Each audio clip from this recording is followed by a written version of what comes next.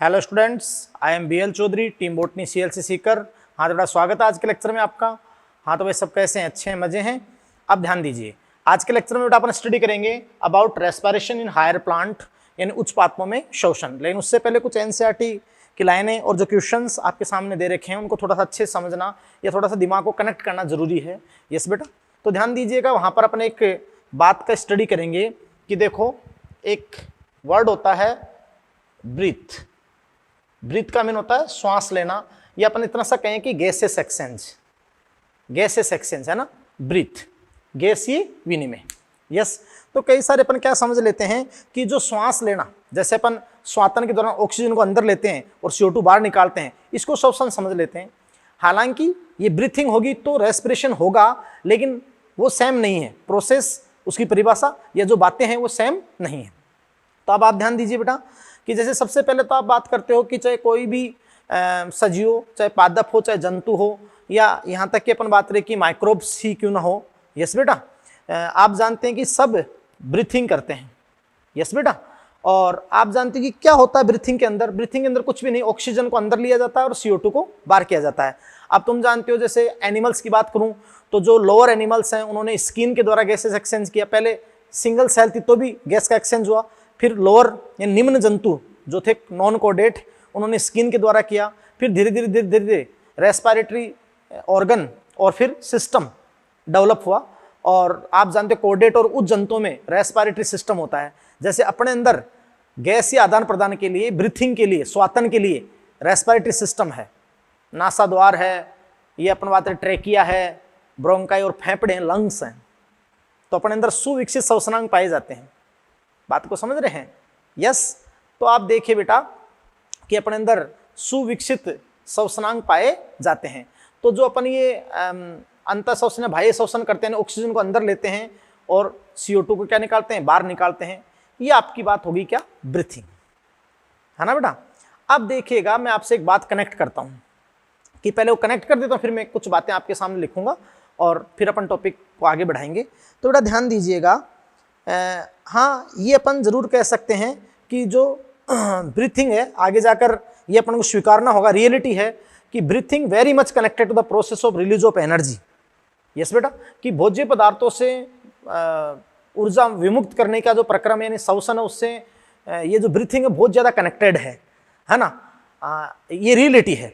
लेकिन देखो ध्यान दो कैसे, आप दिमाग लगाओ। लेकिन आप समझ सकते हो, जैसे अपन श्वास लेते हैं तो फेफड़ों में अपन अंदर क्या चलेगी, ऑक्सीजन। अच्छा, फिर अपन को ऊर्जा चाहिए शरीर को, तो ऊर्जा के लिए फूड, भोजन जरूरी होता है, आपको जानते हो। और फूड कहाँ से, तो ये मैं बता दूंगा, लेकिन आप जानते हो कि भोजन जरूरी होता है। यस, तो अपने अंदर क्या होता है एनिमल्स के अंदर, तो अपन प्लांट से ही तो लेते हैं भोजन। तो अपन भोजन लेते हैं तो पहले अपन खाते हैं, फिर पचाते हैं। तो जैसे ही खा लेंगे तो आप जानते हो अपने बॉडी के अंदर उस भोज्य पदार्थ का डाइजेशन होगा और वो जटिल कार्बन सरल कार्बन टूट जाएंगे। और आप ये अच्छे जानते हो, जूलॉजी में पढ़ते हो पाचन की प्रक्रिया में, कि भाई सबसे ज्यादा पाचन छोटे आंत्र में होता है। और फिर वहां पचित भोजन का क्या हो जाता है, अवशोषण। तो पचित भोजन का एब्जॉर्प्शन हो गया, अवशोषण हो गया, कहाँ गया, ब्लड में। बात को समझे, क्योंकि अवशोषण हो गया। अपचित भोजन जो मल के द्वारा बाहर हो गया। ठीक है, अब दिमाग लगाएं कि ब्लड में मिल गया पचित भोजन, यानी जो फूड मटेरियल है, सरल कार्बनिक पदार्थ, है ना। अब दिमाग लगाओ, आपने श्वास लिया था तो फेफड़ों के अंदर ऑक्सीजन आ गई थी। अब वो ब्लड कहाँ से गुजरेगा, फेफड़ों से, तो वो ऑक्सीजनित हो जाएगा, ऑक्सीजनेटेड, वो प्योर ब्लड है। अब हार्ट धमनियों के द्वारा उसको पंप कर देगा, तो हार्ट पंप कर देगा तो प्रत्येक सेल तक चला जाएगा। तो वहां उस भोज्य पदार्थ का क्या होगा, ऑक्सीकरण। अगर ऑक्सीजन की प्रेजेंस में होगा, अपन आगे बात करेंगे, वायुवीय श्वसन हो रहा है, वायुवीय, बात को समझ रहे हैं, तो उस भोज्य पदार्थ का क्या होगा, ऑक्सीकरण होगा। तो अपन को क्या मिलेगी, एनर्जी। बात को समझ रहे हैं, नहीं समझ रहे हैं? तो ये बात आपकी है। अब देखो अपने दिमाग में कुछ क्वेश्चन और भी आते हैं, है ना बेटा, कि भाई इसलिए अपन मैंने कहा कि breathing very much connected to the process of release of energy. अब अपने दिमाग में बहुत इंपॉर्टेंट क्वेश्चंस भी आते हैं जो अपन NCERT के अंदर दे रखे हैं। यस, कि भाई कई सारे क्वेश्चंस कि भाई ये जो जितनी भी एनर्जी है अपने बॉडी के अंदर, जो कई सारे कार्यों में, जैसे अवशोषण में, परिवहन में, जनन में, यहाँ तक कि ब्रीथिंग में भी एनर्जी चाहिए। तो ये एनर्जी कहाँ से आती है, फूड से आती है। बात को समझे, अब आप जानते हो कि अर्थात जितनी भी एनर्जी अपने जीवन की गतिविधियों में आवश्यक होती है वो तुम जानते हो कि भोज्य पदार्थों के ऑक्सीकरण से आती है। बात को समझ रहे बेटा? अब तुम अच्छे से जानते हो कि जो मैक्रोमोलिक्यूल है वही तो आपके क्या है, फूड है। अब तुम जानते हो बेटा कि पृथ्वी पर जो प्रकाशोपोषी हैं, प्लांट, एल्गी या साइनोबैक्टीरिया, वो अपना भोजन खुद बनाने में सक्षम है। और उनमें भी आप दिमाग लगाओ, उनके जो ग्रीन पार्ट होते हैं, जो क्लोरोफिल कंटेन होते हैं, वही भोजन बनाते हैं, सोर्स। बाकी तो जो नॉन ग्रीन होते हैं या फिर अंडरग्राउंड पार्ट होते हैं वहां पर तो ट्रांसपोर्ट होता है, तो वो भी ग्रीन पार्ट पे डिपेंड है। और एनिमल भी भोजन के लिए किस पर, प्लांट पे। शाकाहारी डायरेक्ट और मांसाहारी इनडायरेक्ट। और फिर जब पादप जंतु की मृत्यु हो जाती है तो जो माइक्रोब है वो भी डेड ऑर्गेनिक मैटर से ही, है ना। तो अपन बात आगे जाकर करेंगे कि जितना भी भोज्य पदार्थ श्वसन में प्रयुक्त होगा ना, वो सब कुछ कहां से आता है, प्रकाश संश्लेषण से। क्योंकि सारी एंट्री बायोमास की या ऑर्गेनिक मैटर की या इसकी एंट्री देने वाले कौन है, प्लांट्स हैं, प्रोड्यूसर। तो प्रोड्यूसर से कंज्यूमर में शाकाहारी, फिर मांसाहारी। तो जितना भी श्वसन में प्रयुक्त भोजन आता है तो कहां से, प्लांट से ही है। अच्छा ठीक है, तो इसका मतलब आप जानते हो कि भाई अब भोज्य पदार्थ के ऑक्सीकरण वाली बात आएगी। यस बेटा, और वो तो आप जानते हो कि प्रत्येक कोशिका में होगा, क्योंकि हर अपनी कोशिका जीवित है, हर कोशिका में उपापचय होता है, मेटाबॉलिज्म, तभी जीवित है। तो कनेक्ट हो रहा ना। अब आप ध्यान दीजिए बेटा, लेकिन अपने एक बात कहते हैं कि भाई देखो, अपन एनिमल्स में तो जो उच्च जंतु होते हैं उनमें तो श्वसन के लिए विकसित श्वसनांग यानी ब्रीथिंग के लिए प्रॉपर रेस्पिरेटरी ऑर्गन्स होते हैं, लेकिन पादपों में सुविकसित श्वसनांग नहीं पाए जाते हैं। तो अपन एक बात ये लिखते हैं कि भाई देखो, पादपों में, यहां पर लिख देते हैं हेडिंग के रूप में कि पादपों में, ये बहुत इंपॉर्टेंट टॉपिक है एनसीईआरटी के, इसलिए क्लियर कर देता हूं आपके सामने। तो अपना क्या लिखना है बेटा कि भी पादपों में सुविकसित श्वसनांग नहीं पाए जाते, यानी श्वसन अंग या जो श्वसन तंत्र है वो नहीं पाए जाते हैं, है ना। इनमें इस उद्देश्य पूर्ति हेतु स्टोमेटा, गैसेस सेक्शन था ना, स्टोमेटा रंध्र या लेंटिकल्स यानी वातरंध्र हो सकते हैं। अब देखिए बेटा कि प्लांट में सुविकसित श्वसनांग नहीं पाए जाते, लेकिन प्लांट कैसे ऑक्सीजन ले लेते हैं, क्योंकि प्लांट को भी प्रत्येक कोशिका को O2 तो अवेलेबल करानी होगी ना। बात को समझ रहे हैं? अच्छा ध्यान दीजिए, तो भाई क्यों नहीं पाए जाते, भाई श्वसनांग नहीं पाए जाते, फिर भी कैसे गैसेस एक्सचेंज कर लेते हैं। तो देखो, आप जानते हैं कि पादप का प्रत्येक भाग, अपन बहुत इंपॉर्टेंट बात कहते हैं कि पादप का प्रत्येक भाग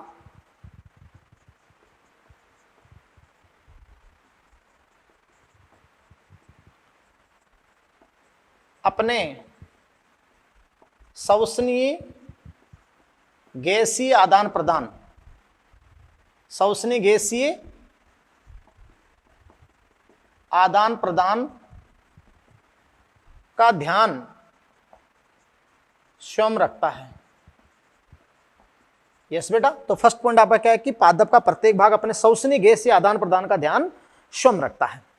भाई वो तो श्वसन तो इस पृथ्वी पे कोई भी करेगा, चाहे प्लांट हो चाहे एनिमल हो, श्वसन के दौरान तो O2 लेगा और CO2 क्या करेगा, रिलीज करेगा। तो यहाँ पादप का प्रत्येक भाग अपने श्वसनीय गैसीय आदान प्रदान का ध्यान स्वयं रखता है। यस बेटा, पहली बात है ना, वो कुछ ऐसे अनुकूलन ले लेता है। और आप जानते हैं कि दूसरा पॉइंट आपका क्या है कि पादप श्वसन के लिए वायुमंडल पर कम निर्भर होते हैं। आप जानते हैं बेटा कि पादप श्वसन के लिए वायुमंडल पर कम निर्भर होते हैं। समझ गए? क्यों भाई ऐसा क्या है? तो दिमाग लगाओ। अरे बेटा इधर ध्यान दो कि पादप कोशिकाओं में से मीजोफिल कोशिका, पत्ती की कोशिकाएं, तो वहां हरितलवक है, तो प्रकाश संश्लेषण होगा, तो प्रकाश संश्लेषण में O2 बन भी तो जाएगी। उस दौरान अगर वो कोशिकाएं श्वसन करेगी तो वहां उनके लिए प्रचुर मात्रा में अवेलेबल है ऑक्सीजन। यस बेटा, कि वैन सेल फोटोसिंथेसिस जब प्रकाशन करती है तो availability of O2 is not a problem, कि वहां ऑक्सीजन की उपलब्धता कोई संकट नहीं है, प्रॉब्लम नहीं है, उनको अवेलेबल हो जाती है। बोलो भाई, हो जाती नहीं हो जाती है? क्योंकि उसी दौरान आप जानते हैं कि वो प्रकाश संश्लेषण में O2 रिलीज होती है, मुक्त होती है, तो वो O2 को प्रयुक्त कर लेंगे इसमें शोषण में, इसलिए वो वायुमंडल पर कम निर्भर होते हैं। और अपन पूर्णतः किस पे डिपेंड होते हैं? एटमॉस्फेयर पे होते हैं। तो अपन को एक परफेक्ट रेस्पिरेटरी सिस्टम की आवश्यकता होती है। सही, तो ये मैंने आपको बता दिया। यस बेटा। अच्छा, आप जानते हैं फिर आपका नेक्स्ट थर्ड कारण क्या है कि देखो, पादप में प्रत्येक कोशिका, पादप में प्रत्येक कोशिका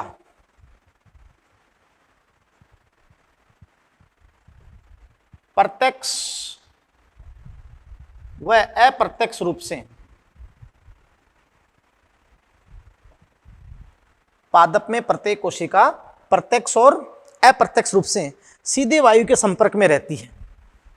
डायरेक्ट सीधे वायु के संपर्क में रहती है। यस बेटा। अतः आप जानते हैं बेटा कि विसरित होने वाली गैसों को लंबी दूरी तय नहीं करनी पड़ती। विसरित होने वाली गैसों को लंबी दूरी तय नहीं करनी पड़ती। दिमाग लगाओ बेटा। देखो, पौधों में जैसे आप जानते हो कि लीफ होती है, तो वैसे ही डायरेक्ट कांटेक्ट में है, लिविंग है लीफ। लीफ पे जब आप एनाटॉमी पढ़ोगे तो आप ऐसे पढ़ोगे कि ये अधिचरम है, एक्जेमी स्टोमेटा हो सकते हैं, ये अधिचरम है, और जस्ट यहाँ नीचे मीजोफिल कोशिका है। तो इनमें पेरेनकाइमा होता है मर्दूतक, उसमें क्या होते हैं? अंतरकोश के अवकाश होते हैं, अंतरकोश के अवकाश। तो आप जानते हैं कि वैसे ही डायरेक्ट संपर्क में और छोटी सी दूरी के लिए गैसेस एक्सचेंज हो जाएगा आराम से।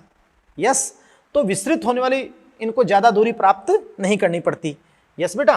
तो सीधे वो वायु के संपर्क में रहती है, जो लिविंग सेल्स हैं। तो पूरा आप जानते हैं कि अपने अंदर तो अंदर का सीधे संपर्क में नहीं रहता है, प्लांट में रहता है। तुम कहोगे सर ऐसा कैसे? कि जो भारी भरकम वृक्ष हैं, भारी भरकम वृक्ष, इनमें क्या होगा बताओ? जो वृक्ष हैं और जिनका डायमीटर अच्छा है, तो इन वृक्षों में क्या होगा? तो आप जानते हो, जब इनमें द्वितीयक वृद्धि होती है तो जो अंदर ही अंदर सेकेंडरी जाइलम बनता है गहरे रंग का, सेकेंडरी जाइलम, डेड वुड, वो तो आप जानते हो डेड हो जाता है। डेड हो जाएगा तो वैसे ही मर्थ हो तो उपापचय की जरूरत ही नहीं है, वो तो केवल यांत्रिक सहारा देगा। फिर आप जानते हो कि पेरिफेरल रीजन में जो लिविंग, कुछ लिविंग होते हैं, तो ये तो आप जानते हो ना कि जैसे उनमें वेस्कुलर कैम्बियम से, समन एदा से अंदर की द्वितीयक वृद्धि होती है, फिर कोर कैम्बियम से बाहर की द्वितीयक वृद्धि होती है, बाह्य रंभी द्वितीयक वृद्धि कोर कैम्बियम से होती है। सही। तो तुम जानते हो ना जैसे छाल बनती है, छाल, तो छाल के अंदर आपको जानते हो जैसे ये आप जानते हो कि कोर कैम्बियम जो होता है, काक एदा, कोर कैम्बियम काक एदा, सेकेंडरी मेरिस्टेम। तो जब ये काक एदा होता है ना, इसको आप बोलते हो फैलोजन, फैलोजन। तो फैलोजन बाहर की तरफ क्या बनाता है? अपन एनाटॉमी में अपन पढ़ेंगे कि फैलम, जो मर्द कोशिकाएं होती है, फैलम। तो जब वो कोशिकाएं मर्द हो जाती है और अंदर से कुछ पेरेनकाइम कोशिका उभरती है, तो वातरंध्र बनते हैं। आपको बताओ तो वातरंध्र, तो वातरंध्र क्या होते हैं कि हमेशा ओपन रहते हैं। तो आप जानते हैं कि जैसे ये मर्द है बाहर, तो ये मर्द कोशिकाएं हैं और यहाँ से ये स्पेस बन गए वातरंध्र, और यहाँ मान लो कि जीवित कोशिकाएं हैं। सही। फिर अंदर आपका सेंटर, फिर डेड पार्ट आ जाएगा। तो ये जीवित कोशिका लेंटिकल, मतलब लेंटिकल जो आपका होता है ना, ये वातरंध्र जो होता है, तो वातरंध्र के माध्यम से, और वातरंध्र का मुख्य कार्य क्या है? गैसीय विनिमय। ये एनाटॉमी आपको बताएंगे। तो ये अपन बात है जीवित कोशिकाएं, देखो इस वातरंध्र के माध्यम से, इस छिद्र के माध्यम से वायु के संपर्क में रहती है।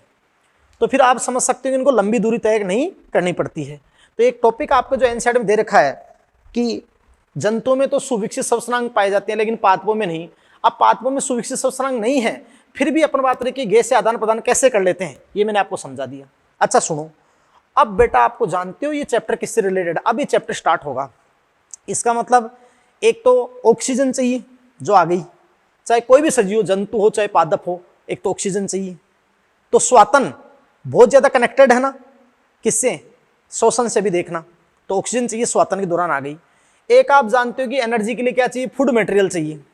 तो भोजन का पाचन होगा और पौधे तो अपना भोजन स्वयं बना लेंगे तो ग्लूकोज रूप में बनाते हैं, और फिर आप जानते हो कि सोर्स से सिंक सभी भागों पर स्थानांतरित कर दिया जाता है भोजन को, और अपन भोज्य खाते हैं तो पाचन कर लेते हैं। सही, तो सरल भोज्य पदार्थ आ गए कार्बनिक पदार्थ यानी मैक्रोमोलिक्यूल वर्धणु आ गए, और आप जानते हो कि श्वसन के द्वारा क्या आ गई, ऑक्सीजन आ गई। तो अब अपन बात रही टॉपिक किससे रिलेटेड है बेटा, ये टॉपिक फोकस करेगा सेलुलर रेस्पिरेशन, कोशिकीय श्वसन। कोशिकीय श्वसन यानी प्रत्येक कोशिका में फिर भोज्य पदार्थ का ऑक्सीकरण होता है और उस ऑक्सीकरण में एनर्जी विमुक्त होती है, और फिर उस एनर्जी जो विमुक्त एनर्जी है वो डायरेक्ट यूज नहीं आएगी, वो ज्यादा तो हीट के रूप में चली जाएगी, लेकिन जो बाकी की एनर्जी है वो एटीपी संश्लेषण, जो कोशिकीय ऊर्जा मुद्रा है, देखना मैं सारी बातें पढ़ेंगे, उसके रूप में वो संचित होगी, तो उसको आप क्या कहेंगे, श्वसन। तो अब अपन स्टार्ट करते हैं बेटा क्या, श्वसन। ये आपको ऐसे बात बता दी मैंने। तो अब अपन स्टार्ट करते हैं क्या, रेस्पिरेशन। तो देखिएगा रेस्पिरेशन क्या होता है, तो इन बातों को बेटा ऐसे कनेक्ट करें आप। और एनसीईआरटी के अंदर जितने क्वेश्चन मार्क दे रखे हैं आपको, जितनी लाइनें दे रखी है और जो क्वेश्चन मार्क दे रखे हैं बेटा, वो ऐसे क्वेश्चन मार्क हैं कि आपका यही टॉपिक नहीं, मतलब बायोलॉजी के कई टॉपिक वहां से कनेक्ट होंगे। अभी तो जैसे अपन प्रकाश संश्लेषण टॉपिक पढ़ेंगे, यस बेटा। तो देखिएगा कि इतनी सारी बात तो मैंने आपको केवल इस टॉपिक को कनेक्ट करने के लिए आपसे बताई है केवल, और इस टॉपिक के जो शुरू में एनसीईआरटी का पहला पेज है उस पे जो क्वेश्चन मार्क दे रखे हैं उनको समझाने के लिए आपके सामने मैंने दी है। अब अपना टॉपिक जो जनरल स्टार्ट होता है कि जिसको आप अपन कहेंगे कि चैप्टर आपका फोकस करता है सेलुलर रेस्पिरेशन पे, यस बेटा, कोशिकीय श्वसन। तो आप देखिएगा कि रियली में श्वसन की परिभाषा क्या होती है, रियली में श्वसन की परिभाषा क्या होती है, और श्वसन कैसे संपन्न होता है, ये सारी बात बेटा मैं आपको बताऊंगा, यस, हाँ जी। तो ध्यान दीजिएगा बेटा कि देखो अपन बात करते हैं कि भोज्य पदार्थों, ये एक मैकेनिज्म है, cellular respiration is a mechanism, yes बेटा, क्रिया विधि है। तो आप ध्यान दीजिए कि भोज्य पदार्थों के ऑक्सीकरण से कोशिका में ऊर्जा विमुक्त की क्रिया विधि श्वसन कहलाती है, यस बेटा। तो अपन क्या कहते हैं कि भोज्य पदार्थों, आराम से लिख दूं मैं, सॉरी, भोज्य पदार्थों के ऑक्सीकरण से, है ना बेटा, बहुत इंपॉर्टेंट आपको मैं बात बता दूं कि भोज्य पदार्थों के ऑक्सीकरण से कोशिका में, ऑक्सीकरण से कोशिका में ऊर्जा विमुक्ति, सॉरी, ऊर्जा विमुक्ति की क्रिया विधि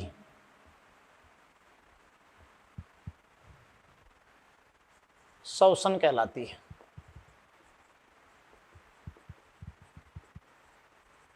यस बेटा, समझ रहे हैं। अब ध्यान दीजिएगा, फिर जो ये ऊर्जा विमुक्त हो गई, जो रिलीज हो गई, आप जानते हैं कि यह विमुक्त ऊर्जा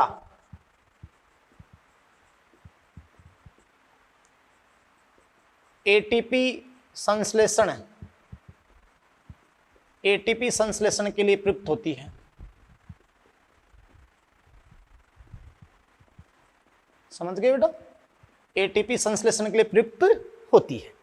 तो आपने क्या कहा कि भोज्य पदार्थ जो फूड है, भोज्य पदार्थों के ऑक्सीकरण, उनके ब्रेकडाउन से, या अपन कहेंगे भोज्य पदार्थों के टूटने से कोशिका में ऊर्जा विमुक्त होने की या ऊर्जा विमुक्ति की क्रिया विधि क्या कहलाती है, श्वसन।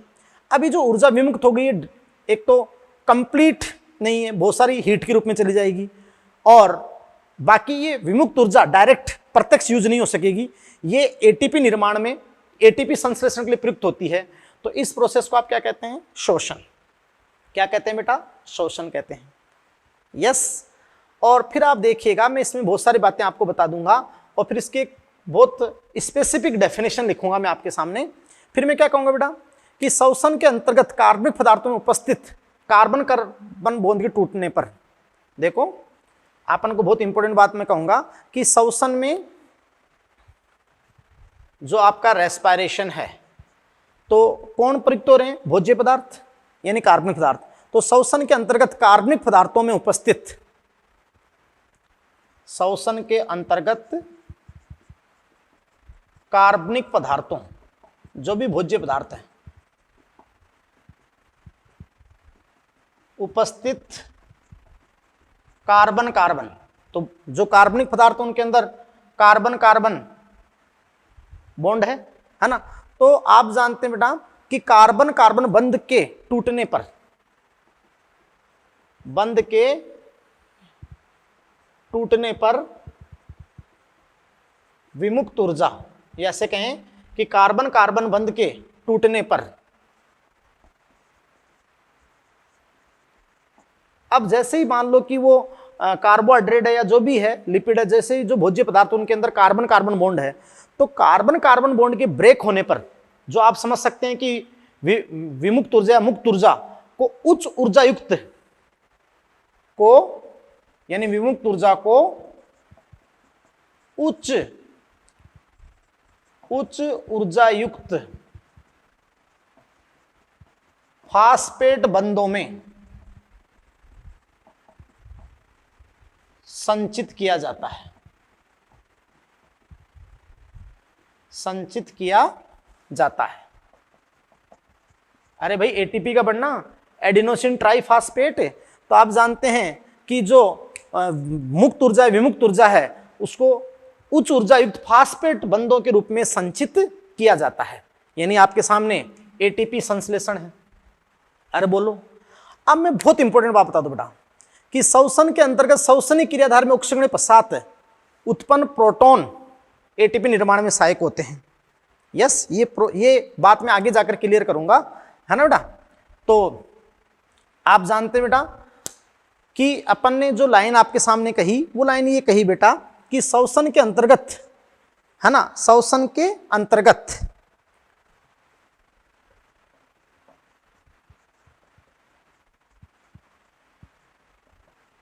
भोज्य पदार्थ के ऑक्सीकरण से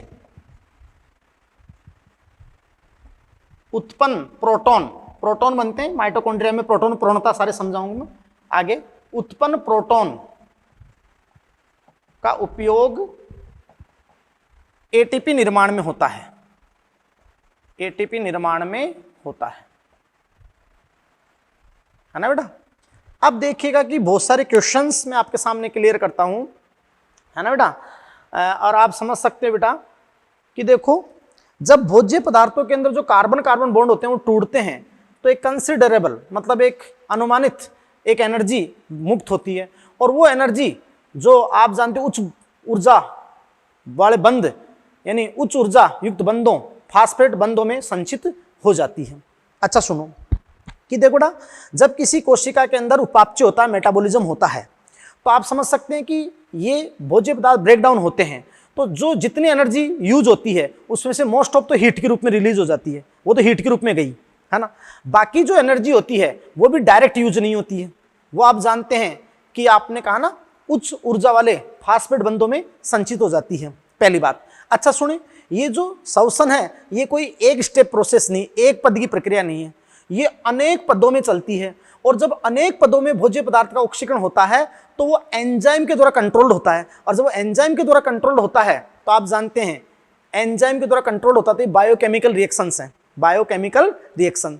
तो एंजाइमों के नियंत्रण में ये आप जानते हैं कि बहुचरणीय मल्टी स्टेप प्रोसेस है, यानी ऑक्सीकरण कई पदों में होता है और उस दौरान अलग अलग पदों में एनर्जी रिलीज होती है, समझ गए। तो एक तो सिंगल स्टेप प्रोसेस नहीं है, मल्टी स्टेप प्रोसेस है, पहली बात।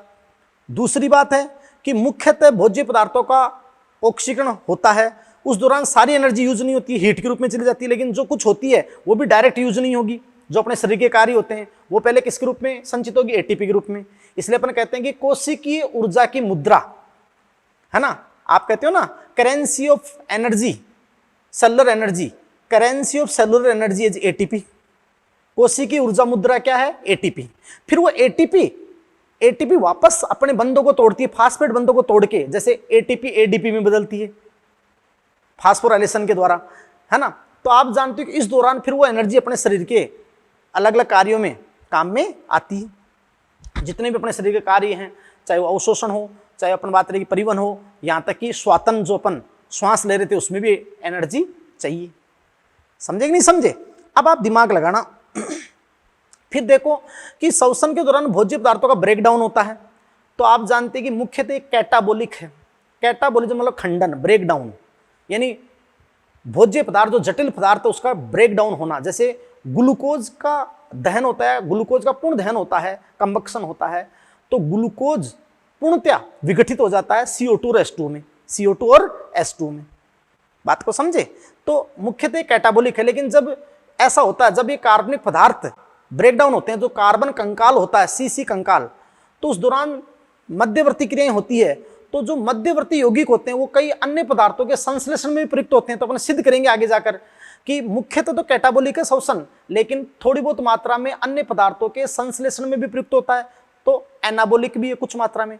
तो इसको ओवरऑल अपन बोल देंगे एम्फीबोलिक, उभयधर्मी। उभयधर्मी, मुख्यतः कैटाबोलिक, लेकिन कुछ मात्रा में एनाबोलिक। और बेटा इससे आप घबराना नहीं, कैटाबोलिज्म का मतलब होता है अपचयन, मतलब टूटना, ब्रेकडाउन, और एनाबोलिज्म का मतलब होता है नयों का संश्लेषण होना। समझे? तो ये सारी बात आपके सामने आई। इसलिए आप देखो बेटा में कि श्वसन की आपके सामने एक ओरल प्रोसेस, या एक आप जानते हैं कि मैं आपके सामने एक सेलुलर रेस्पिरेशन, कोशिकीय श्वसन की मैं आपके सामने एक बहुत मस्त वाली एक एक्चुअल डेफिनेशन लिख देता हूं। तो ध्यान दीजिएगा कि क्या है बेटा, देखो श्वसन क्या है? कोशिकीय ऊर्जा मुद्रा। तो बताओ कोशिका की ऊर्जा मुद्रा क्या है? बताओ एटीपी, है ना। अब देखो इस कोशिकीय ऊर्जा मुद्रा एटीपी का निर्माण, तो कोशिकीय ऊर्जा मुद्रा एटीपी के निर्माण से संबंधित। यस बेटा, अब आपके समझ में आएगी पूरी बात कि देखो कोशिकीय ऊर्जा मुद्रा एटीपी, है ना बेटा, के निर्माण से संबंधित। आ जाओ आराम से।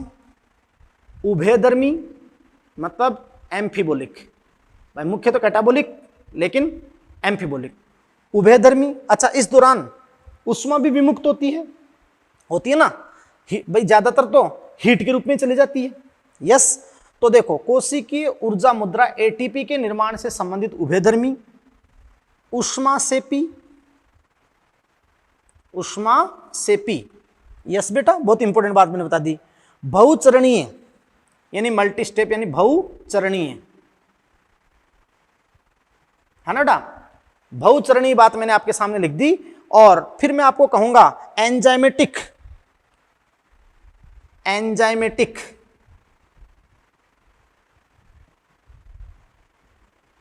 जीवन प्रदायिनी, मतलब जीवन देने वाली, क्योंकि ये है मेटाबॉलिज्म है, उपापचय है, तो ये तो जीवन है ना। और उपापचय यही तो है मेन, क्योंकि चाहे पृथ्वी की कोई भी सेल हो, जैसे प्रकाश संश्लेषण तो पादप करते हैं लेकिन जंतु नहीं करते, लेकिन श्वसन एक ऐसा प्रक्रम है जो इस पृथ्वी का हर जीवित करता है, और वो करता तो ही जीवित है, वरना नहीं है। फूड की रिक्वायरमेंट दूसरे से भोजन ले सकता है, लेकिन अपने शरीर को जीवित रखने के लिए, सेल को जीवित रखने के लिए जो उपापचय है, जो ऊर्जा चाहिए होती है, वो इसी के दौरान बनती है। इसलिए आपने क्या कहा? एंजाइमेटिक जीवन प्रदायिनी जैविक घटना को श्वसन कहते हैं। अब मेरे बेटा, जब आप एनसीईआरटी के शुरू के 2 पेज को 2 बार पढ़ोगे, मन लगाकर एक एक शब्द को ध्यान दे देकर, और अदर टॉपिक से कनेक्ट करोगे, तो ये परिभाषा, और ये परिभाषा पूरे चैप्टर में क्लियर होगी, आगे देखना। यस बेटा, तो ये बहुत ही इंपॉर्टेंट है। यस बेटा, तो आप देखो इसको मैं अच्छे से, बहुत अच्छे से आपको मैं इसको ऐसे भी बता देता हूं, है ना। देखो एन एम्फीबोलिक। एम्फीबोलिक का मतलब हो गया कि मुख्यतः तो आपने कैटाबोलिक बताया था, लेकिन कुछ मात्रा में अन्य पदार्थों के संश्लेषण में जब ये श्वसन के भोज्य पदार्थ अनेक पदों में टूटेंगे, इनका ऑक्सीकरण होगा, तो जब मैं बताऊंगा वायवीय श्वसन में क्रेब्स सक्रिय चलेगा, तो उसके जो मध्यवर्ती बनेंगे ना, वो अन्य पदार्थों के संश्लेषण में प्रयुक्त होते हैं। जैसे आपने भी नहीं पढ़ा था एल्फा कीटोग्लूटेरिक और अमोनियम आयन तो ग्लूटामिक एमिनो एसिड बना था, वो सिद्ध करूंगा मैं आगे जाके। यस, तो एन एम्फीबोलिक उभयधर्मी हो गया। फिर उष्मासेपी तो एक्सर्गोनिक, ये लो उष्मासेपी हो गया। मल्टी स्टेप्ड बहुचरणीय हो गया, multi stepped. Enzymatic, enzymatic enzymatic हो गया। जीवन प्रदायिनी वाइटल प्रोसेस, वाइटल प्रोसेस, ये लो जीवन प्रदायिनी हो गया।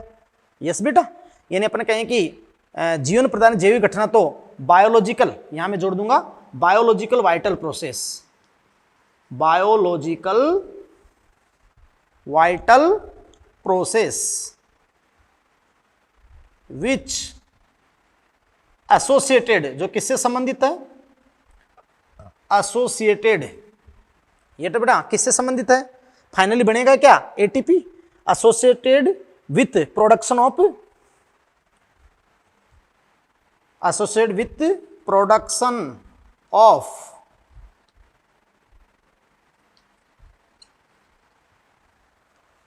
Cellular energy currency, cellular energy currency, कोशी की ऊर्जा मुद्रा आ गई ना, एटीपी, कोल्ड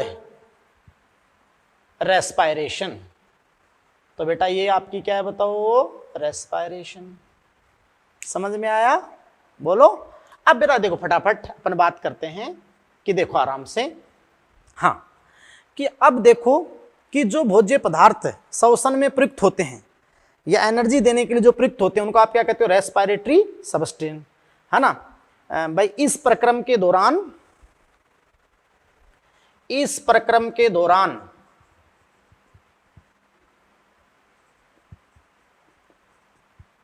जो यौगिक, भाई देखो बेटा, इस प्रक्रम के दौरान जो यौगिक ऑक्सीडाइज होते हैं या जिनका ब्रेकडाउन होता है, जो टूटते हैं, तो इस प्रक्रम के दौरान जो यौगिक क्या होते हैं बेटा, ऑक्सीडाइज होते हैं।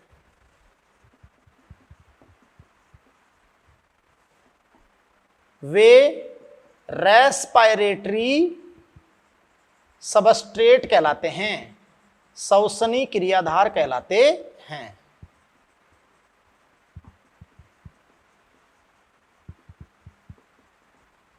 है ना बेटा, कि इस प्रक्रम के दौरान जो यौगिक ऑक्सीडाइज होते हैं वे रेस्पायरेटरी सबस्ट्रेट कहलाते हैं, श्वसनी क्रियाधार कहलाते हैं। यस बेटा, आप जानते हैं कि देखो, आप जानते हैं कि प्राय ऊर्जा विमुक्ति के लिए, ओकेजनली या जनरली, यस बेटा, तो आप कहते हैं कि प्राय ऊर्जा विमुक्ति के लिए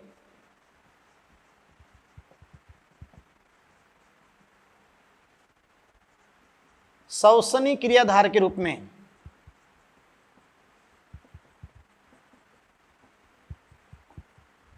कार्बोहाइड्रेट प्रयुक्त होते हैं। कौन प्रयुक्त होते हैं बेटा, कार्बोहाइड्रेट प्रयुक्त होते हैं यूजुअली, प्राय, है ना बेटा। तो बहुत इंपॉर्टेंट अपन लाइन बोलते हैं कि भाई यूजुअली अपन कहें बेटा कि carbohydrate are oxidise to release energy, है ना। तो आप जानते हैं कि कार्बोहाइड्रेट जनरली या यूजुअली प्राय ऊर्जा विमुक्ति के लिए श्वसनी क्रियाधार के रूप में कौन प्रयुक्त होते हैं, कार्बोहाइड्रेट। यस बेटा, लेकिन अपन एक बात कहते हैं कि देखो, मतलब कुछ पादप और जंतुओं में, कुछ पादप और जंतुओं में, विशेषतः प्लांट में, कुछ पादप व जंतुओं में, जैसे फैट, लिपिड, प्रोटीन, यहां तक कि ऑर्गेनिक एसिड, जो कार्बनिक अम्ल होते हैं ना, ये ऑक्जेलोएसिटिक एसिड ऐसे होते हैं। तो कुछ पादप व जंतुओं में फैट, लिपिड, प्रोटीन, यहां तक कि ऑर्गेनिक एसिड भी श्वसनी क्रियाधार के रूप में प्रयुक्त हो सकते हैं, प्रयुक्त हो सकते हैं। ये लो बेटा। तो बात यही है कि भाई जो श्वसनी क्रियाधार है उनके अंदर कार्बन कार्बन बॉन्ड होंगे और उनके अंदर जब उनका ब्रेकडाउन होगा तो जो एनर्जी रिलीज होगी मोस्ट ऑफ तो आप जानते हैं हीट के रूप में चली जाएगी। बाकी जो एनर्जी है वो डायरेक्ट यूज नहीं आएगी, वो जो आप जानते हैं उच्च ऊर्जा युक्त बंध है फास्फेट बंध के रूप में संचित होगी, यानी एटीपी संश्लेषण में प्रयुक्त होगी। और फिर जब भी शरीर को जरूरत होगी तो अपने बॉडी के अंदर एटीपी जो कोशिकीय ऊर्जा मुद्रा है वो काम में आएगी। और जब ये प्रोसेस से ब्रेक डाउन होता है तो कोई एक स्टेप का प्रोसेस नहीं है, अपन आगे पढ़ेंगे क्रियाविधि, तो ये मल्टी स्टेप प्रोसेस है। यस बेटा। और एंजाइम के कंट्रोल में होता है तो एंजाइमेटिक है। यस बेटा। दौरान उष्मा विमुक्त होती है तो एक्सर्गोनिक उष्मा सेपी है। यस बेटा। ज्यादातर ब्रेक डाउन है तो मुख्यतः कैटाबोलिक है, लेकिन इस दौरान जब कई मध्यवर्ती बनेंगे वो अन्य पदार्थों के संश्लेषण में प्रयुक्त होते हैं, इसलिए ओवरऑल एम्फीबोलिक है, जिसको आगे जाकर अपन सिद्ध करेंगे। यस बेटा। और उसके कारण अपन जीवित हैं, उपापचय के कारण अपन जीवित हैं। और आप समझ रहे थे, ये सारी बातें आपको मैंने समझा दी और ये आपके हो गए श्वसनी क्रियाधार। अच्छा सुनो, सारी बातें समझा दी ना। अब सुनो कि रेस्पिरेटरी सबस्ट्रेट की यूजिंग सीक्वेंस क्या है, यानी पहले कौन प्रयुक्त होते हैं भाई, कौन सा रेस्पिरेटरी सबस्ट्रेट पहले प्रयुक्त होगा, है ना, और किससे कितनी एनर्जी आपको मिलती है, तो वो अपन बताता हूं मैं नेक्स्ट। आप देखिए। हाँ तो देखिए बेटा कि रेस्पिरेटरी सबस्ट्रेट जो श्वसनी क्रियाधार हैं, तो श्वसनी क्रियाधार आपने बता दी कि कौन कौन है, कि यूजुअली तो आप जानते हो कार्बोहाइड्रेट ऑक्सीडाइज होता है, लेकिन कुछ पादप और एनिमल्स में अपन बात करें कि लिपिड, प्रोटीन और ऑर्गेनिक एसिड भी हो सकते हैं। अब सुने तो रेस्पिरेटरी सबस्ट्रेट जो श्वसनी क्रियाधार है, तो इनके लिए सबसे पहले मैं आपको बताऊंगा बेटा कि भाई यूजिंग सीक्वेंस, यूजिंग सीक्वेंस यानी कोशिका के अंदर इनके प्रयुक्त होने का क्रम क्या है, सीक्वेंस क्या, यूजिंग सीक्वेंस या अपन कहते हैं प्रीफरेंस, है ना, यानी कोशिका पहले मतलब किसको प्रीफरेंस देगी, बात को समझ रहे नहीं समझ रहे, तो यूजिंग सीक्वेंस से प्रीफरेंस क्या होगी, क्लियर, तो किसको प्रीफर्ड करेगी, यानी सबसे पहले किसको प्राथमिकता देगी, यही तो बात है ना। तो बेटा आप समझ सकते हो कि वहां पर कार्बोहाइड्रेट, कार्बोहाइड्रेट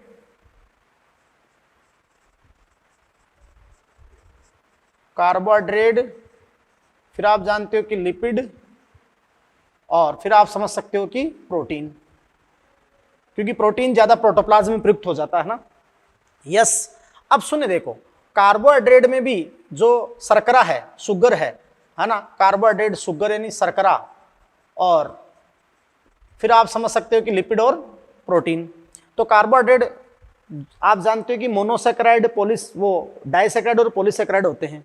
तो कार्बोहाइड्रेट में भी जो शुगर्स है उनमें भी आप जानते हैं कि सबसे पहले सेल किसको प्रेफरेंस देगी, मोनोसेक्राइड को, यानी पचित चाहिए ना, पचित भोजन मोनोसेक्राइड। फिर आप जानते हो कि डाइसेक्राइड,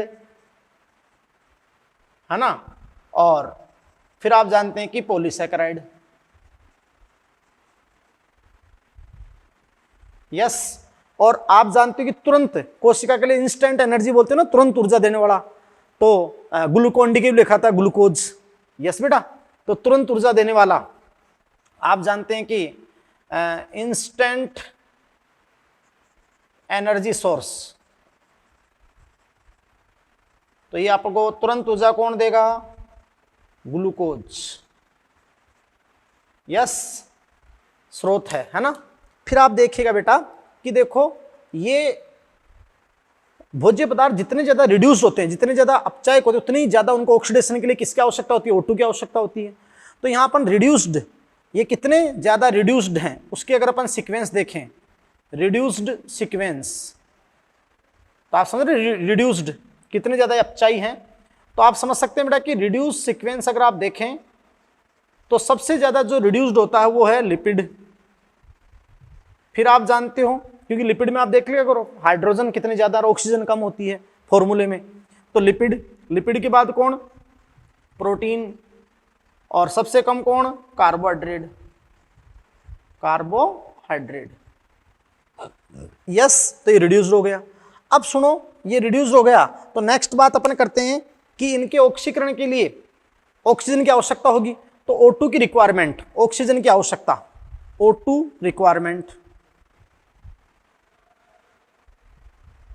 तो बेटा आप जानते हो कि ऑक्सीजन की आवश्यकता इनको ऑक्सीकृत करने के लिए, यस, तो आप जानते हैं कि सबसे ज्यादा जो ऑक्सीजन आवश्यक होगी वो लिपिड के ऑक्सीकरण में होगी, क्योंकि सबसे ज्यादा रिड्यूस्ड है इसलिए। फिर आप जानते हो कि प्रोटीन, फिर आप जानते हो कि कार्बोहाइड्रेट, कार्बोहाइड्रेट, यस बेटा, ये बात आपकी हो गई, समझे। और देखो फिर अपन बात करते हैं, तो ये कुछ इंपॉर्टेंट बातें आपके सामने आई, और बेटा आप समझ सकते हैं कि भी देखो लिपिड के ऑक्सीकरण के लिए आप जानते हैं लिपिड के ऑक्सीकरण के लिए अधिक ऑक्सीजन की आवश्यकता होती है, यस बेटा, तो लिपिड के ऑक्सीकरण के लिए अधिक O2 की आवश्यकता होगी, O2 की रिक्वायरमेंट ज्यादा है, यस बेटा, इसलिए कोशिका इससे पहले यूज नहीं करेगी, इसलिए कोशिका इसे पहले यूज नहीं करेगी। खैर सारी बातें अपन बताएंगे आगे, यस बेटा, तो ये कारण हो गए, समझे। अब ध्यान दीजिएगा, अब अपन बात करते हैं कि भाई पर ग्राम कोई भी भोज्य पदार्थ है तो उसके पर ग्राम से कितनी एनर्जी आपको ऑब्टेन होती है ना, तो एनर्जी पर ग्राम, यानी कोई भी फूड मटेरियल है या कोई भी भोज्य पदार्थ है, कोई भी ऑर्गेनिक मैटर है, जब उसके कार्बन कार्बन बॉन्ड ब्रेक होंगे तो एनर्जी रिलीज होगी, तो पर ग्राम एनर्जी है ना कितनी होती है।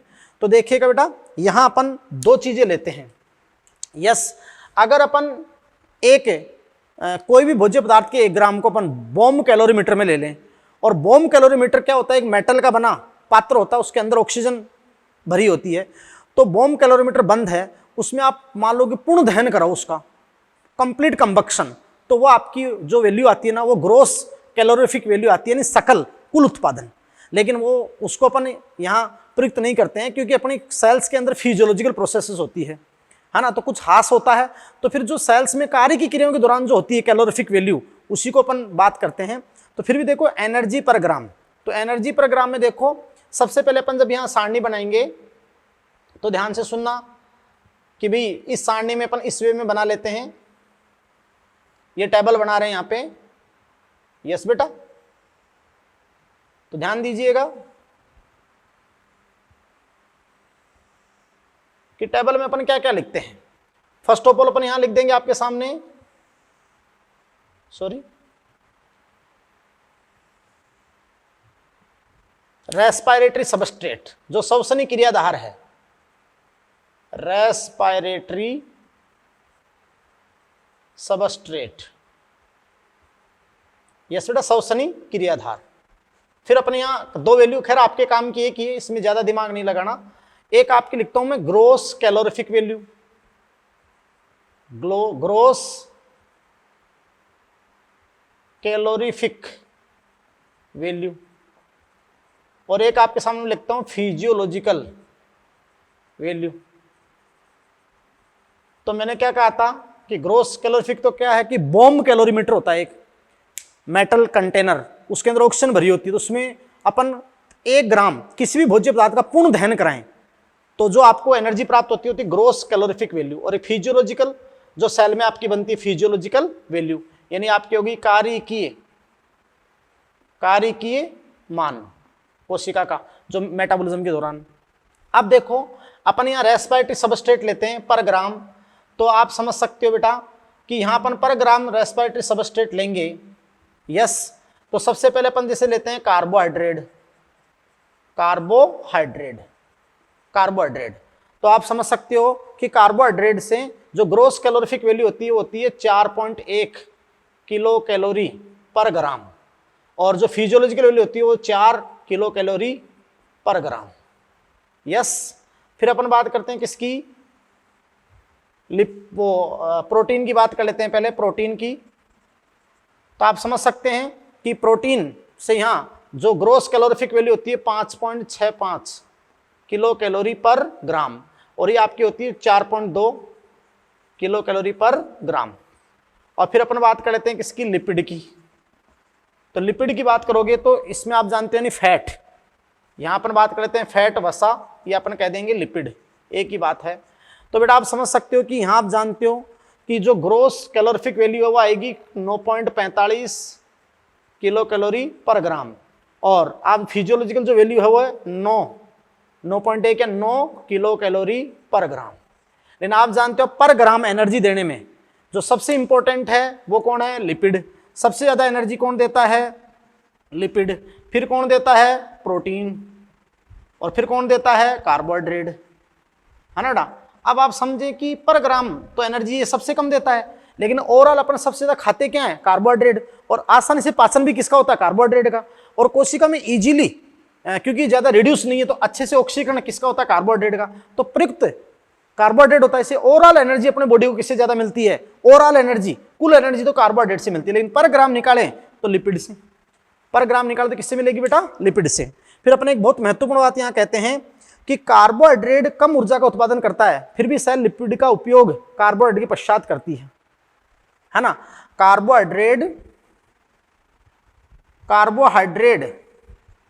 कम ऊर्जा उत्पादन करता है,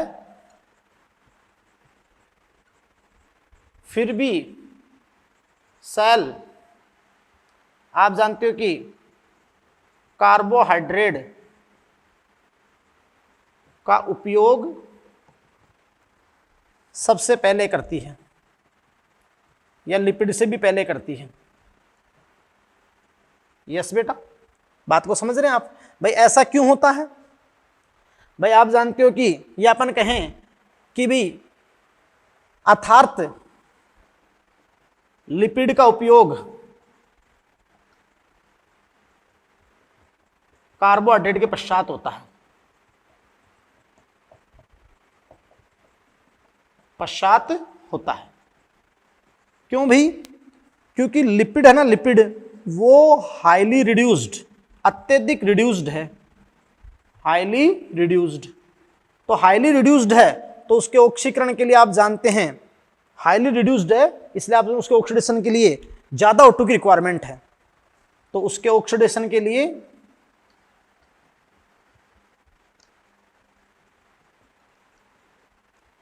अधिक O2 की रिक्वायरमेंट है। समझ गए, इसलिए आप समझ सकते हैं कि भाई ये आप जानते हैं कि फिर कोशिका में सबसे पहले कार्बोहाइड्रेट ही प्रयुक्त होता है। यस बेटा, तो ये सारी बातें होगी आपके सामने।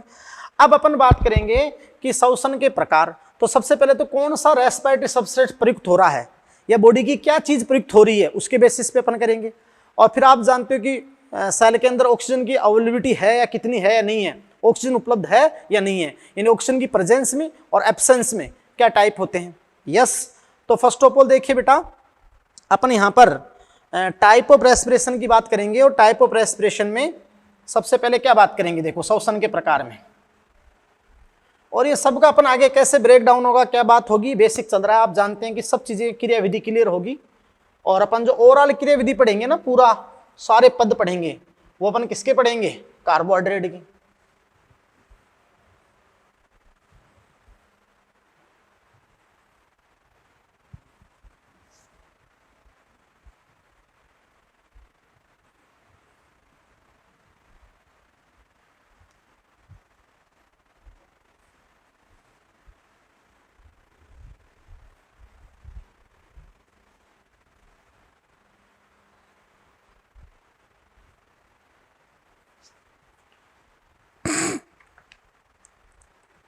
हाँ तो देखिए बेटा, बहुत ही इंपॉर्टेंट बातें करता हूं मैं आपके सामने कि भाई टाइप ऑफ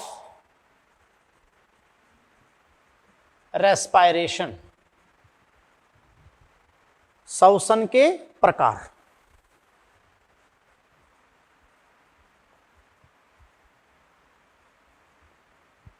तो देखिएगा श्वसन के प्रकार, यहां सबसे पहले अपन ए लेते हैं, ऑन द बेसिस ऑफ, किसके आधार पर? On the basis of respiratory substrate, कि भाई किस प्रकार का श्वसनी क्रियाधार प्रयुक्त हुआ है और नॉर्मली वो कब प्रयुक्त हो सकता है, उसके बेसिस पे टाइप ऑफ रेस्पिरेशन, श्वसन के प्रकार। दिमाग लगाएं, जनरली अपने बॉडी के अंदर क्या, सेल के अंदर जो इंक्लूजन है, मतलब भोज्य कण, संग्रहित कण है, तो वो प्लावी अवस्था में, तैरती अवस्था में, फ्री अवस्था में रहते हैं, कार्बोहाइड्रेट और लिपिड, कार्बोहाइड्रेट और लिपिड, या फिर कभी कभी थोड़ा बहुत स्टोर्ड प्रोटीन। आप जानते बेटा कि ये श्वसन के लिए ही है, लेकिन बाकी जो प्रोटीन होता है, जैसे आपने बताया था वहाँ एमिनो एसिड का पर्याप्त स्तर होने पर फिर आप जानते हो कि स्टोरेज होता है, तो जो प्रोटीन या एमिनो एसिड स्टोरेज होता है ना, तो अपना ढांचा बनता है, संरचनात्मक ढांचा, है ना। तो वो जो संरचनात्मक ढांचा जो अपना बॉडी बिल्डिंग बनाते हैं, वो प्रोटीन यूज नहीं होता वैसे श्वसन में, नॉर्मल कंडीशन में, सॉरी मैं क्या कह रहा हूँ, नॉर्मल कंडीशन में। तो आप ध्यान दीजिएगा इस बेसिस पे कि on the basis of respiratory substrate, जो आपका रेस्पिरेशन है वो कितने टाइप का है। तो देखो मैं यहाँ पर बता देता हूँ आपको कि इस बेसिस पे जो रेस्पिरेशन है, श्वसन है, वो दो प्रकार का होगा। कितने प्रकार का होगा बेटा? दो प्रकार का। एक तो आप जानते हैं कि फ्लोटिंग रेस्पिरेशन होता है, प्लावी श्वसन होता है, समझे, प्लावी श्वसन। और दूसरा आप जानते हैं बेटा कि प्रोटोप्लाज्मिक रेस्पिरेशन होता है, प्रोटोप्लाज्मिक रेस्पिरेशन, यानी इसको तो आपने प्लावी श्वसन बोल दिया, इसको आप बोलते हो जीवद्रव्य श्वसन। यस बेटा। तो ध्यान दीजिएगा कि देखो बेटा, जनरली अपने बॉडी के अंदर अगर श्वसनी क्रियाधार के रूप में, रेस्पिरेटरी सबस्ट्रेट के रूप में आपको पता है कि कार्बोहाइड्रेट और लिपिड प्रयुक्त हो, यदि ये अपन कहते हैं सीधी सी बात कि भाई जब श्वसनी क्रियाधार के रूप में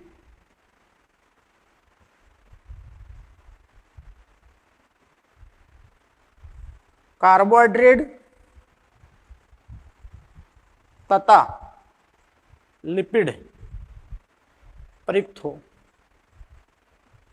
सामान्यतः आप जानते हो कि मैंने क्या कहा कि कोशिका में ये जो इंक्लूजन है, संग्रहण है, आपने इन बातें की थी, तो आप समझ रहे हैं कि ये प्लावी रूप में रहते हैं, कार्बोहाइड्रेट और लिपिड। जनरली ये ढांचा बनाने में प्रयुक्त नहीं होते हैं, जीवद्रव्य निर्माण में उतने प्रयुक्त नहीं होते हैं। आप जानते हो जब श्वसनी क्रियाधार के रूप में कार्बोहाइड्रेट तथा लिपिड प्रयुक्त हो, यस, है ना, और अगर प्रोटीन होगा भी तो संरचनात्मक वाला नहीं हो, स्ट्रक्चर नहीं हो, क्या हो, स्टोर्ड, संचित। यस बेटा। और तो आप जानते हैं कि भी या फिर स्टोर्ड प्रोटीन, यानी संचित प्रोटीन, यस बेटा।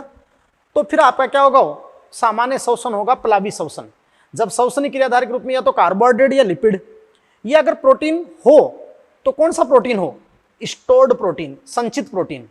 जैसे दालों में प्रोटीन संचित होता है, वो संचित रूप है। यस बेटा।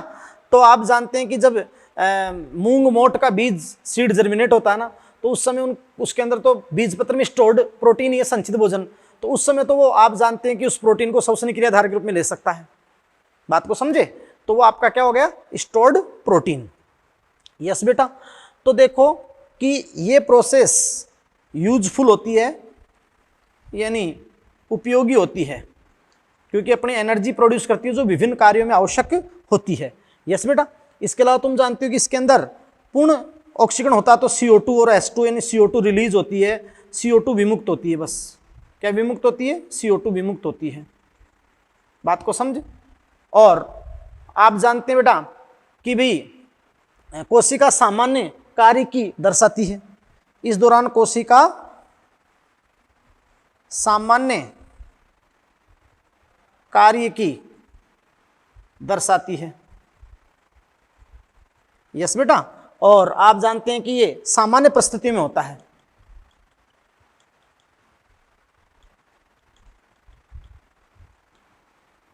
जब अपना बॉडी सामान्य परिस्थिति में नॉर्मल कंडीशन में रहता है ना, तो नॉर्मल कंडीशन में रहता है तो अपने सेल्स में कार्बोहाइड्रेट और लिपिड प्रयुक्त होता है या फिर स्टोर्ड प्रोटीन कभी कभी। तो आप समझ सकते हैं अपने ओवरऑल पूरे सजीवों की बात की है, इसलिए वो आपका होता है फ्लोटिंग रेस्पिरेशन, और वो जनरली नॉर्मल कंडीशन में होता है, उपयोगी होता है और CO2 रिलीज होती है, ये बात होती है। दूसरा आपका होता है, देखो बेटा, प्रोटोप्लाज्मिक रेस्पिरेशन, ये इसके बेसिस पे प्रोटोप्लाज्मिक रेस्पिरेशन, यानी बेटा आपने कहा जीवद्रव्य श्वसन। तो देखो बेटा कि जीवद्रव्य श्वसन कब होता है, तो आपने किसके बेसिस पे दिया कि किस प्रकार का रेस्पिरेटरी सबस्ट्रेट, किस प्रकार का श्वसनी क्रियाधार प्रयुक्त हो रहा है ना। तो ध्यान दीजिएगा कि जब श्वसनी क्रियाधार के रूप में, श्वसनी क्रियाधार के रूप में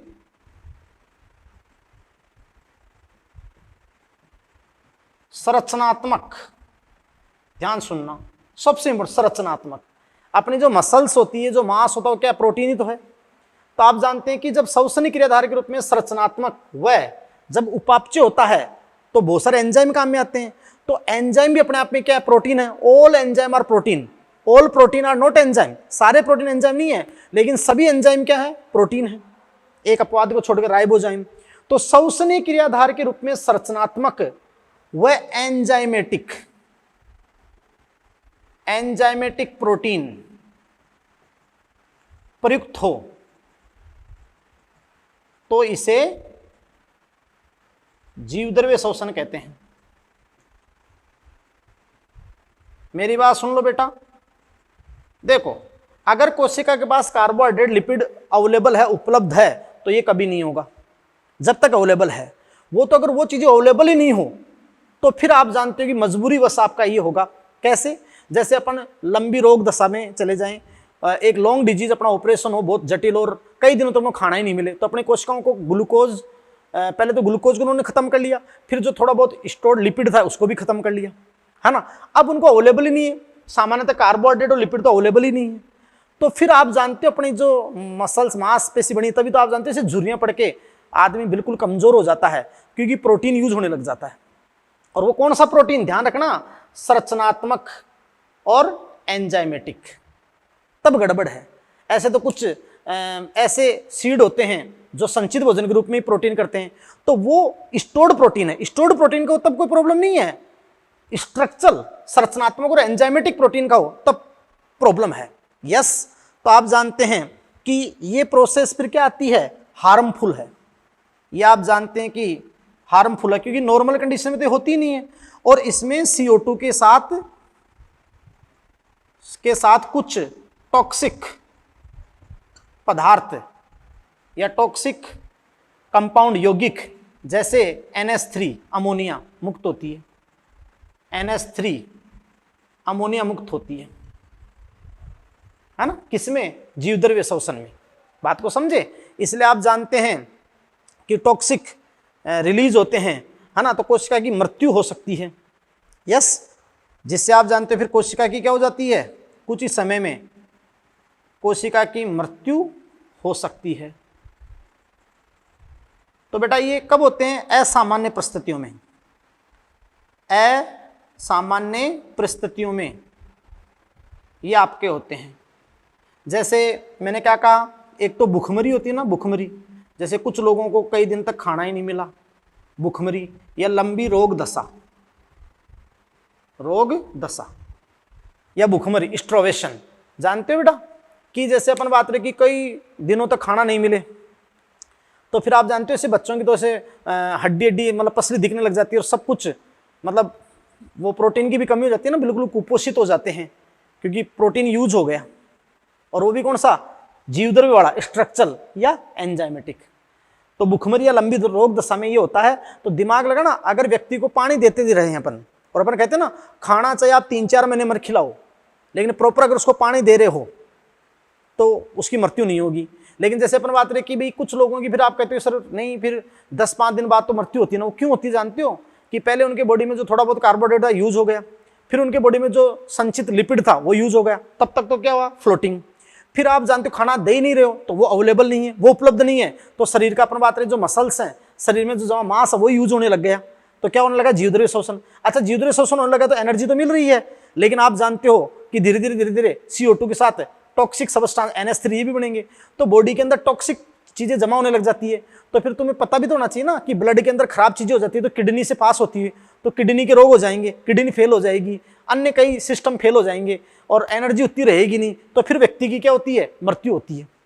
इसलिए ये आपका क्या है, प्रोटोप्लाज्मिक रेस्पिरेशन। तो कभी क्वेश्चन आपसे पूछे कि जब दालें अंकुरित होती है उस समय वो श्वसन में प्रोटीन प्रयुक्त करती है, तो कौन सा श्वसन है, तो उस समय प्रोटोप्लाज्मिक नहीं देना है, क्या देना है, फ्लोटिंग।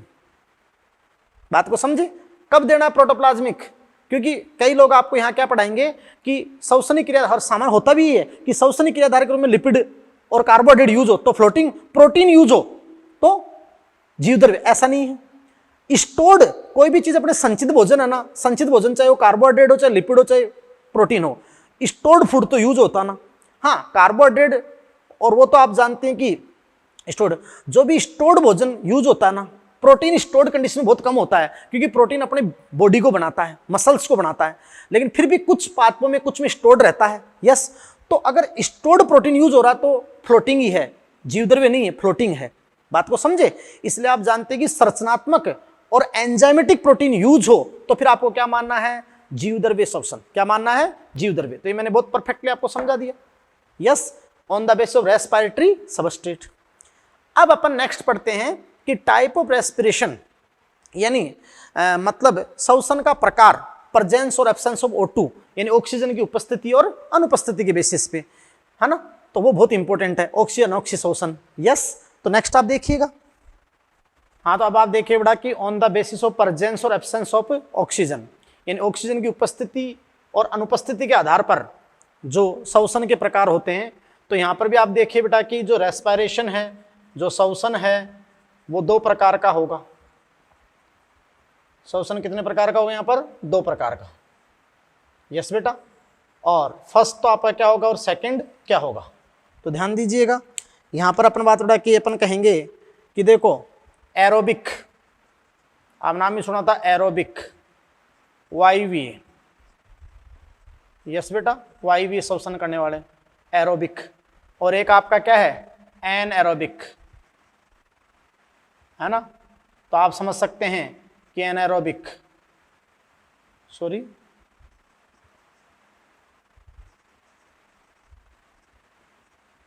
ये आप समझ सकते हैं कि क्या है अवायवीय, समझ रहे हैं। तो दो टाइप का आपके सामने यहां पर है, एरोबिक और एनाएरोबिक, समझ रहे हैं। यस बेटा, तो ये दो टाइप का रेस्पिरेशन है, एरोबिक और एनाएरोबिक। यस, जब तक ऑक्सीजन उपलब्ध रहेगी तो एरोबिक, और नहीं है तो फिर क्या, एन एरोबिक, अवायवीय। अच्छा सुने, ये मैंने आपको अच्छे से समझाया था जब मैंने आपको वहाँ जीवाणु में श्वसन पढ़ाया था, तो मैंने कहा था कि भाई वायवीय अवायवीय तो श्वसन की दृष्टि से कि अविकल्पी वायवीय कि ऑक्सीजन की प्रेजेंस में रह सकता है, एब्सेंस में रह ही नहीं सकता है। फिर मैंने दिया था विकल्पी अवायवीय, विकल्पी अवायवीय का मतलब होता तो क्या है वायवीय, लेकिन विकल्प अवायवीय होने का। और एक होते हैं अविकल्पी अवायवीय जो O2 के एब्सेंस में ही रहेंगे हमेशा, प्रेजेंस में नहीं, लेकिन विकल्पी वायवीय होते अवायवीय हैं लेकिन O2 प्रेजेंट भी रहे तो रह जाएंगे। अब देखो अपन तो यहाँ श्वसनी क्रियाधार के बेसिस पे बात कर रहे हैं बेटा, तो ध्यान से सुने आप कि भाई जो अवायवीय और वायवीय श्वसन आपका क्या होता है। तो देखो इसमें आप जानते हैं अपन कहेंगे कि ऑक्सीजन सम्मिलित होती है, ऑक्सीजन सम्मिलित होती है, सम्मिलित होती है। यस बेटा, और यहां ऑक्सीजन क्या होती है, एब्सेंट, ऑक्सीजन एब्सेंट होती है, अनुपस्थित, यानी बेटा क्या, एब्सेंट होती है। यस, अब जानते हो कि यहां तो ऑक्सीजन की प्रेजेंस में भोज्य पदार्थ का ऑक्सीकरण होता है, यहां ऑक्सीजन अनुपस्थित होती है तो फिर भोज्य पदार्थ का ऑक्सीकरण होता है। तो देखिए बहुत इंपॉर्टेंट बात है, मैं आपको कहता हूं कि यहां आपका पूर्ण ऑक्सीकरण होता है, पूर्ण ऑक्सीकरण यानी complete oxidation, complete oxidation. Yes बेटा। और यहां तुम क्या कहोगे कि भाई अपूर्ण ऑक्सीकरण होता है। अपूर्ण ऑक्सीकरण मतलब इनकंप्लीट ऑक्सीडेशन। तो देखिए बेटा कि इसका मतलब क्या हुआ कि वो पूर्ण ऑक्सीकरण है और ये क्या है, अपूर्ण ऑक्सीकरण।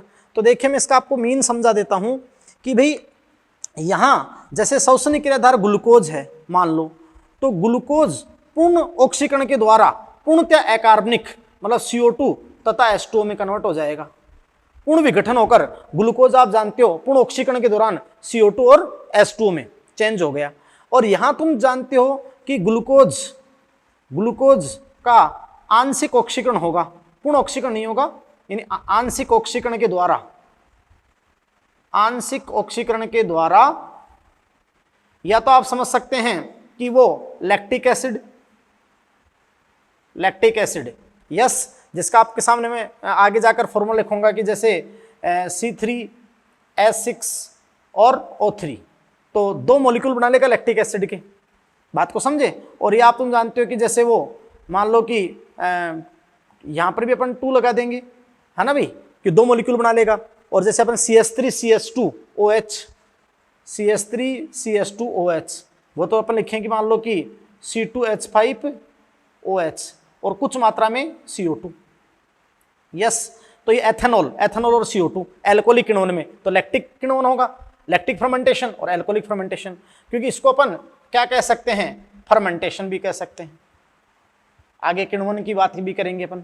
यस, तो ग्लूकोज का आंशिक ऑक्सीकरण होगा, पूर्णतः नहीं होगा, और यहां पूर्ण ऑक्सीकरण होकर CO2 और क्या बन जाएगा, H2। बात को समझे। अब आप दिमाग लगाना कि भाई, दिमाग लगाना बेटा बहुत इंपॉर्टेंट बात बता रहा हूं कि यहां देखिए आप, प्रत्येक उत्पाद अकार्बनिक, यानी यहां पूर्ण ऑक्सीकरण होकर CO2 H2 बन गया, तो प्रत्येक उत्पाद क्या हुआ, अकार्बनिक। यस, और यहां अपन क्या कहेंगे कि भाई कम से कम एक उत्पाद कार्बनिक प्रकृति का, कम से कम एक उत्पाद कार्बनिक प्रकृति का होता है, समझे, कम से कम एक उत्पाद कार्बनिक प्रकृति का। क्यों भाई, दिमाग लगा लो, ग्लूकोज का आंशिक ऑक्सीकरण हो तो लैक्टिक एसिड बना, ये देखो कार्बनिक आ रहा ना, ये तो आप जानते हो कि इसमें तो 6 C6H12O6 से केवल C3H6O3, बस कुछ नहीं, बताएंगे भी आगे। और यहां देखो कि अपन बात रही कि CO2 बनी, लेकिन 2 ही अणु है ना, C2H5OH, तो 2 से मल्टीप्लाई करेंगे तो 4 कार्बन तो है ना यहां पर, तो कम से कम एक उत्पाद कार्बनिक प्रकृति का प्राप्त होता है।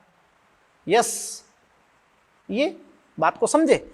अब मेरी बात सुनो बेटा, नेक्स्ट में आपको प्रोसेस समझाऊंगा कि देखो यहां क्या होता है, जो सबसे इंपॉर्टेंट प्रोसेस है ये, कि ये इंटरमोलिकुलर प्रोसेस है, इंटरमोलिकुलर प्रोसेस, इंटरमोलिकुलर प्रोसेस है भाई, है ना, इंटरमोलिकुलर प्रोसेस बोला है, और ये समझना बहुत जरूरी है। और ये क्या है बेटा, इंट्रामोलिकुलर प्रोसेस। ये बहुत अच्छा कंसेप्ट है, आगे जाकर इसको अपन सिद्ध भी करेंगे, लेकिन यहीं पे थोड़ा सा समझना जरूरी है, दिमाग लगाना।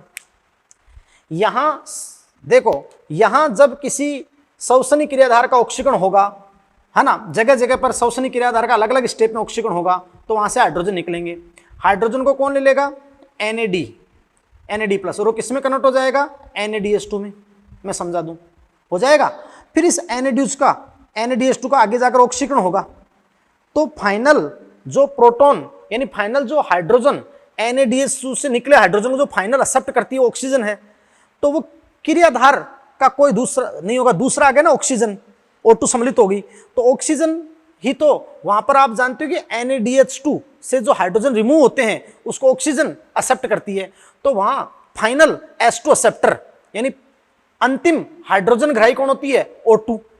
टर्मिनल ऑक्सीडेशन होता है, तभी तो डाउन हिल प्रोसेस भी बताएंगे अपन आपको। तो इसलिए आप जानते हो दूसरा मॉलिक्यूल आ रहा है कोई, तो इंटरमोलिकुलर प्रोसेस होगी। लेकिन यहां जब कुछ NADH2 बनेंगे तो वहां से जो हाइड्रोजन रिमूव होगा ना, तो आप जानते हैं कि एक स्टेप में होगा वो रिमूव होगा और अगली उसी की स्टेप में यूज हो जाएगा, फर्मेंटेशन में समझाएंगे आपको। तो यहाँ कोई दूसरा मॉलिक्यूल नहीं आएगा क्योंकि ऑक्सीजन सम्मिलित ही नहीं होती है, तो ये कैसी प्रोसेस है, इंट्रामोलिकुलर प्रोसेस। ये इंटरमोलिकुलर प्रोसेस है, अंतराण्विक, अंतर आणविक और ये अंतराण्विक है। और फिर भी कोई दिक्कत मत लेना बेटा, ये अभी मैं जो क्रियाविधि समझाऊंगा ना आपको, फर्मेंटेशन और इधर आपका एरोबिक के सारे स्टेप बताऊंगा, तो 100% प्रूव करूंगा, मैं साबित करूंगा। अभी आप इतना ध्यान रखना, याद करना आपको कि इंटरमोलिकुलर प्रोसेस है और ये क्या है, इंट्रामोलिकुलर प्रोसेस है। बात को समझ रहे हैं।